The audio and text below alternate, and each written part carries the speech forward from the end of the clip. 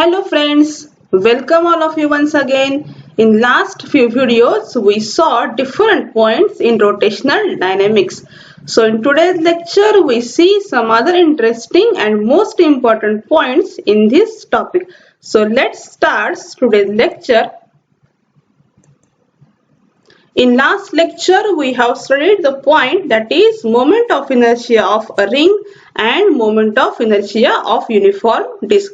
So today's first point is the radius of gyration. Experimentally, we determine the moment of inertia of any object. So it depends upon mass of the object and that mass is distributed from or around the given axis of rotation. So if we expressed only the mass distribution around the given axis of rotation, we express the moment of inertia as, that is, capital I is equals to m into the k square. Here m is the mass of the object at a distance capital K from the given axis of rotation. So here k it is called as the radius of gyration. So let's see definition of this.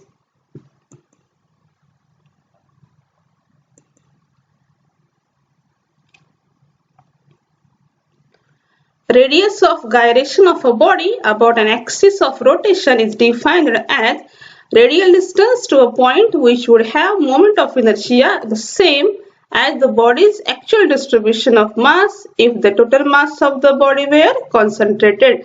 So this one is the radius of gyration article. So let's see the next point, which is very important as per HSC board exam. The point name it is the theorem of parallel access. While applying this theorem to any object, we require two axes parallel to each other with one of them passing through the center of mass of the object. So let's see the diagram of this theorem. Here the rigid object, two axes parallel to one another. So let's see the explanation of this figure.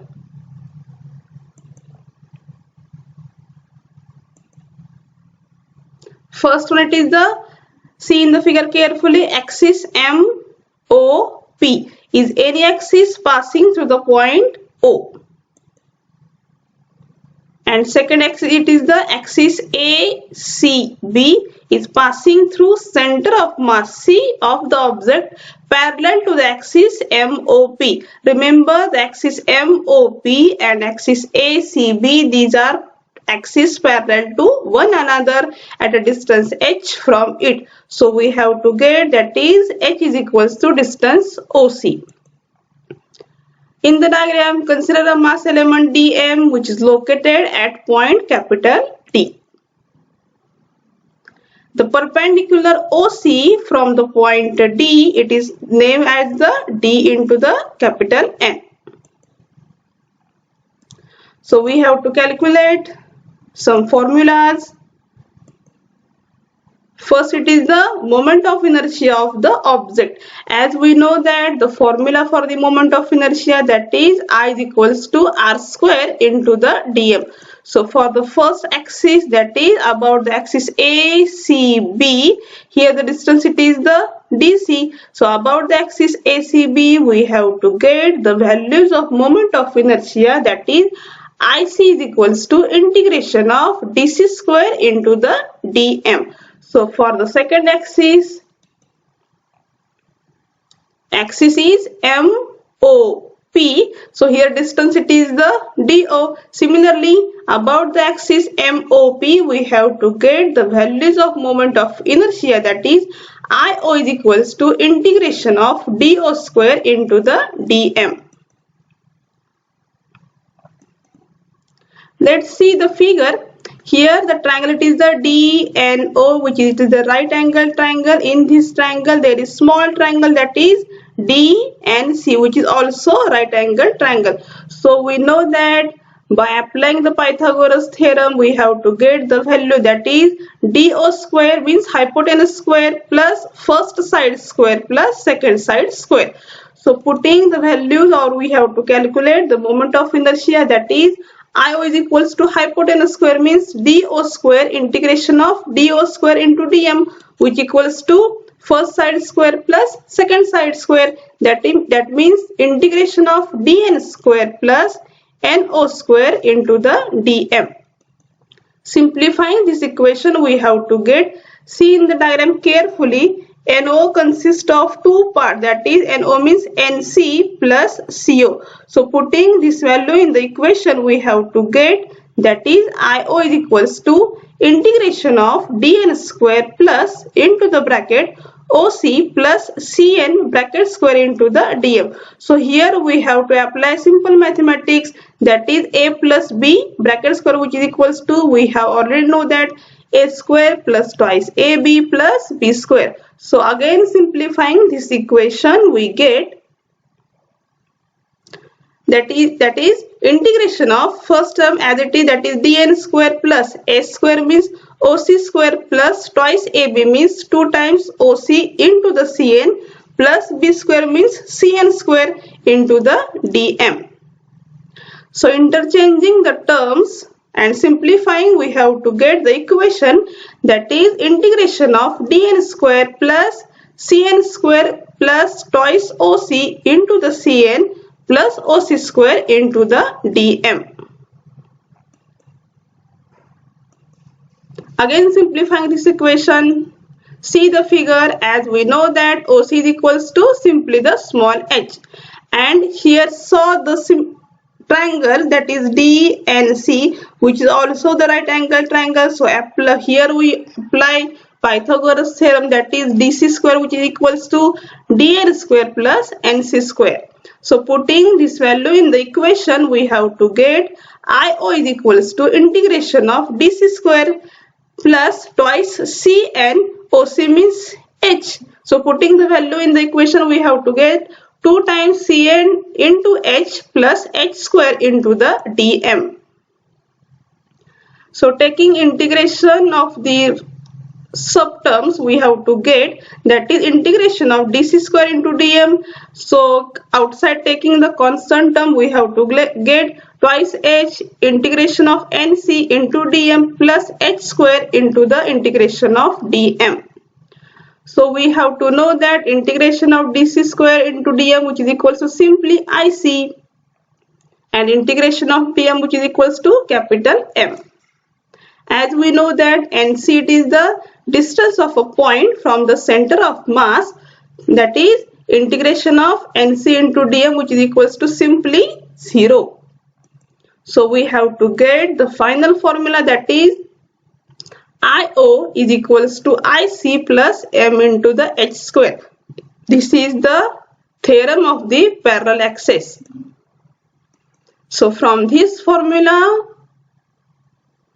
we have to get the statement of this theorem.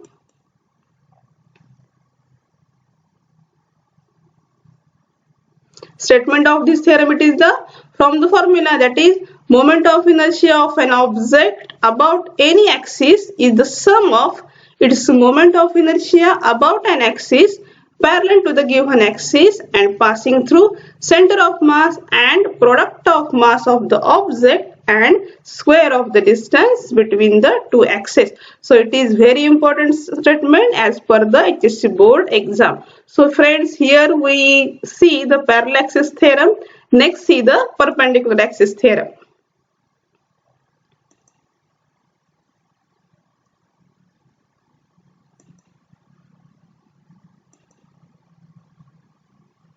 This theorem relates to the moment of inertia of a laminar object about 3 mutually perpendicular and congruent axes, 2 of them in the plane of the object and third it is the perpendicular to the object. Here the word is the laminar object. Laminar object means any two-dimensional object, that is for the example ring, disc or any plane sheet. Let's see the diagram.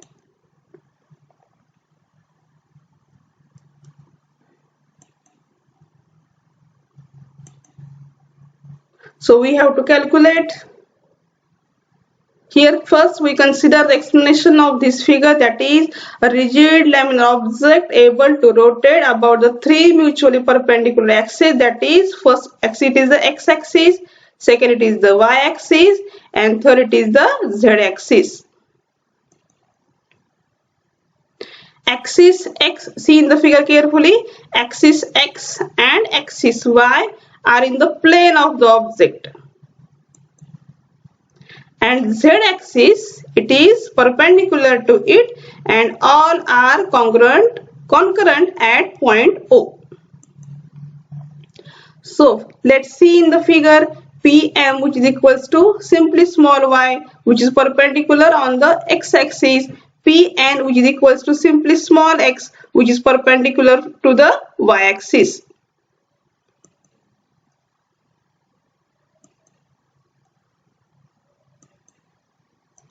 The perpendicular distances of point M from x, y and z axis will be y, x and under root of y square plus x square.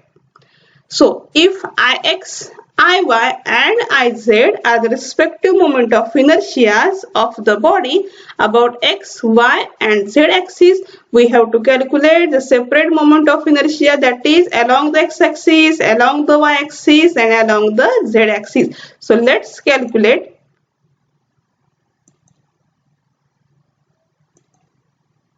First one, it is the along the x-axis, that is here distance, it is the y. So we have to get the values of moment of inertia, that is Ix is equals to integration of y square into the dm. So in the next y-axis, that is distance, it is the small x. So we have to get the equation, that is Iy is equals to integration of x square into the dm. So this one is the x-axis, Ix is equals to integration of y square into the dm. So along the y-axis, that is Iy is equals to integration of x square into the dm. So third it is the z-axis, that means combination of these two, that means Iz is equals to integration of y square plus x square into the dm. So putting these two values in the equation, we have to get, that is Iz is equals to integration of y square dm plus integration of x square dm is equals to simply, as we know that y square dm, that means Ix, and x square dm, that means Iy. So we have to get the final equation, that is Iz equals to Ix plus Iy. So from this we have to get the final theorem of the perpendicular axis, that is Iz is equals to Ix plus Iy. So let's see the statement of this theorem.